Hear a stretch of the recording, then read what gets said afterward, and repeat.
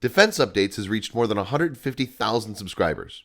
We're genuinely thankful to our viewers. You keep us going. We don't dilute your video watching experience in this channel with sponsored products. If you like what we're doing, kindly support us on Patreon. www.patreon.com/defenseupdates.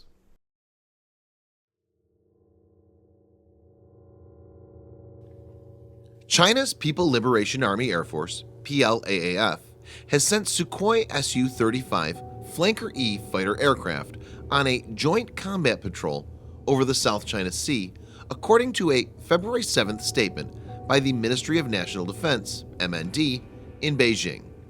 The MND said the advanced multi-role fighters' participation in the mission will help strengthen the PLAAF's long-range operational capability. This is a pragmatic action for the Air Force to fulfill its mission in the new era and conduct a combat training military exercise, it added. Although the statement did not reveal when the deployment took place or how many fighters were involved, the move marked the first time China has made public a deployment of its Su-35s to the region. In this video, Defense Updates analyzes the capabilities of the Su-35 and impact of its deployment in South China Sea. Number 5. China's sweeping claims of sovereignty over the sea have annoyed competing claimants Malaysia, Vietnam, Brunei, Taiwan, Indonesia, and the Philippines. United States, Japan, Australia, and India favor freedom of navigation as it's a very important sea route with $5 trillion in trade, half of global merchant shipping, and half of the world's oil shipment pass through it. The sea also has alleged 11 billion barrels of untapped oil and 190 trillion cubic feet of natural gas. USA has been doing many freedom of navigation exercises to counter what Washington sees as Beijing's efforts to limit freedom of navigation in these strategic waters.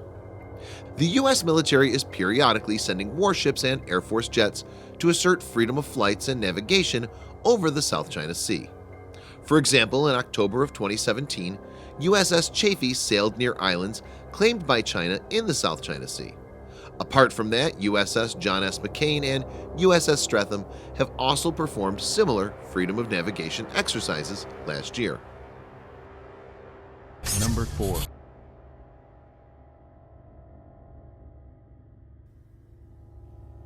In November 2015, Russian defense conglomerate Roster announced that Beijing had signed a contract to purchase 24 Su-35s, making China the first foreign contractor of the Russian-built aircraft.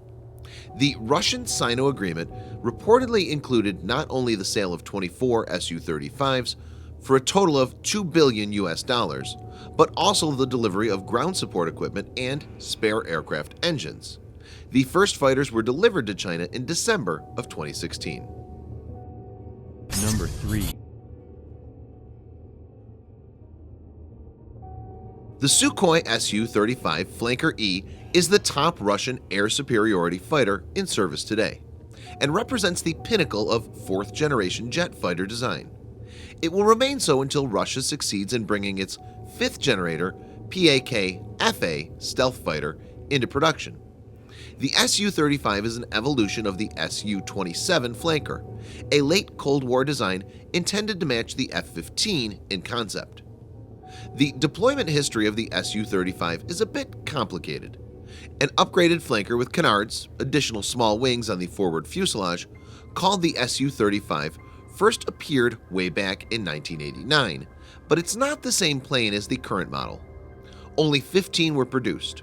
Another upgraded flanker, the two-seat Su-30, has been produced in significant quantities, and its variants exported to nearly a dozen countries. The current model in question, without canards, is properly called the Su-35S and is the most advanced type of the flanker family. It began development in 2003 under the Komsomolsk-on-Amur Aircraft Production Association, a subcontractor of Sukhoi. The first prototypes rolled out in 2007 and production began in 2009. Number 2.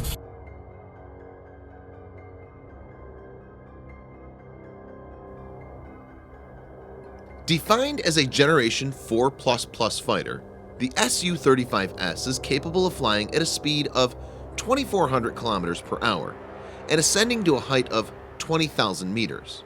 The plane's maximum range stands at 3,600 kilometers, and with an additional fuel tank, the figure can be increased by 900 kilometers. The Flanker family of aircraft is super maneuverable, meaning it's engineered to perform controlled maneuvers that are impossible through regular aerodynamic mechanisms. Super maneuverability makes the Su-35 an excellent dogfighter.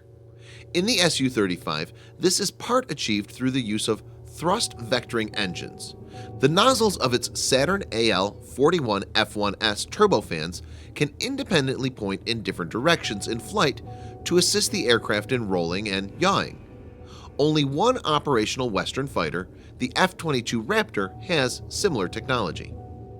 Western military experts are also especially concerned with the Su-35S's sophisticated phased array radar control system IBRIS, which allows the plane to detect targets at a distance of up to 400 kilometers, as well as track aerial targets and engage up to 8 of these targets simultaneously.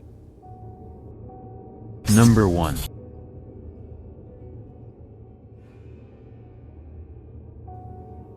The Su-35 has up to 14 weapons hardpoints, giving it an excellent loadout compared to the 8 hardpoints on the F-15C and F-22, or the 4 internally stowed missiles on the F-35.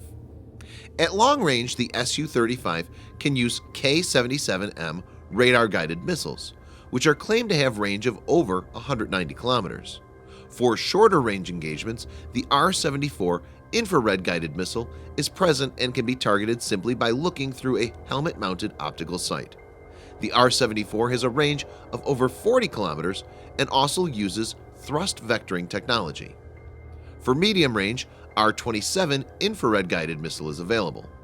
R-37, having very long range of 400 km, is present for use against AWACS, EW, and tanker aircraft. Additionally, the Su-35 is armed with a 30mm cannon and 150 rounds for close combat.